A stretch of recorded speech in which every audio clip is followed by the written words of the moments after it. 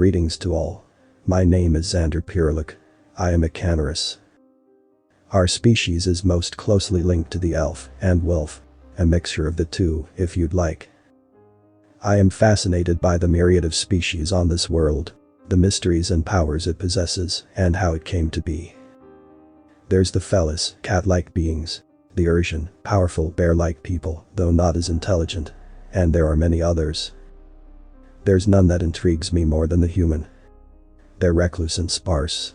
There must only be 37 million, holed up on their tiny island in Europa. They're mysterious too. There are stories about what they can do. The most famous is one of a warrior in the age of great kings. It's a time of dozens of incredibly powerful rulers. Those that could cast lightning that would shatter entire forts. Those that could take the souls of others by simply looking at them, and I hope you get the point. It'd be embarrassing for me if you didn't. This warrior had none of these traits. He masked himself to hide his origins, but most people guessed that it was a human. He was feared by these great kings after a powerful general was slain by this warrior. It wouldn't be such a story if it was that simple though. This warrior had no power. He could not even cast a simple healing spell. He fought with nothing but blood and toil. It's believed that humans do not possess the ability to cast magic, which makes some laugh, others scared. This warrior hid in the shadows, revealing himself without even an alarm going off to face a godlike king in battle. Both would be seen in the room. At the end of the battle, the body of a great king would be found, and not a drop of blood trailing out of the castle. The warrior was not named, as the rulers did not want to give them a name to fear. But his people referred to him as the Forsaken Stalker. Historians argue about his life, but it's most agreed that he was in action for about 35 years before leaving the mortal plane. Despite his brutal killing spree, many accredit him to the establishment of the first civilian governments. Without kings to rule them, the people rose to the opportunity. And for the first time ever, we chose our leaders.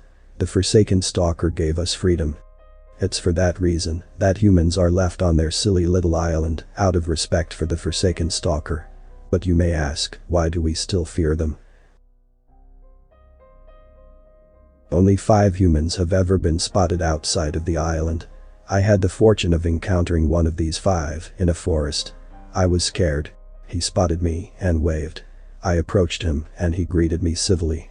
We spoke for a bit and I asked him about his home. He said that humans refer to their home as Avalon, peculiar indeed. He says that there are flashing lights, clockwork horses called cars.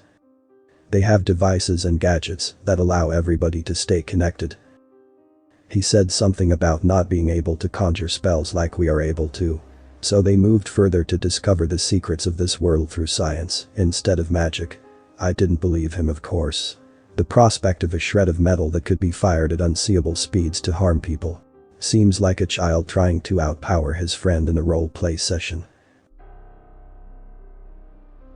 2 other were standard humans. They went missing shortly after being spotted.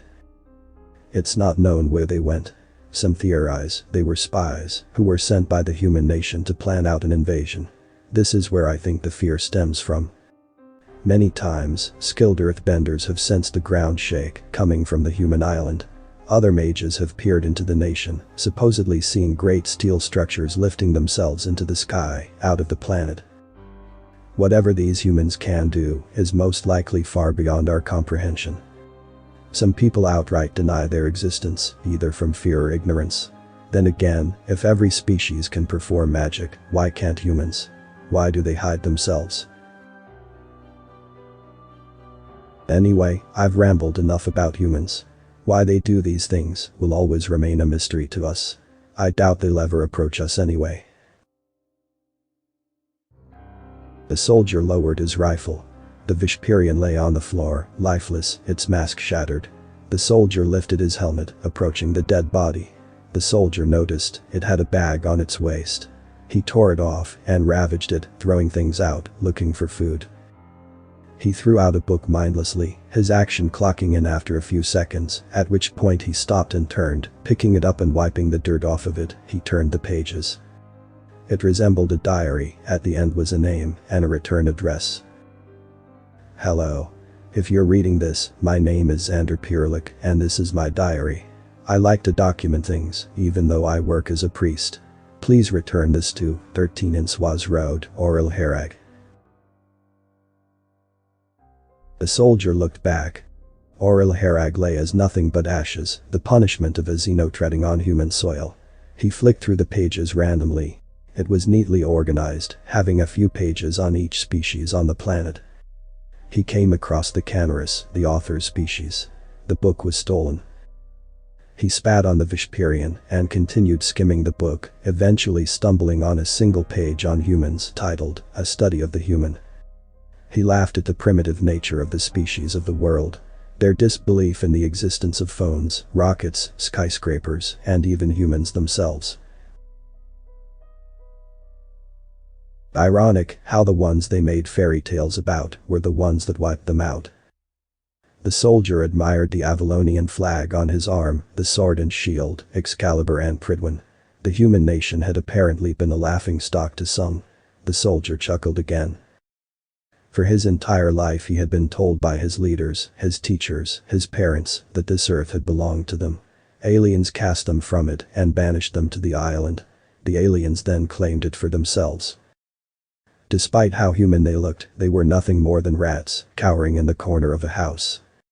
The soldier stuffed the book into his bag, picked up his rifle, and continued on with his crusade for the future as human. The author's name and the link to original text is in the description.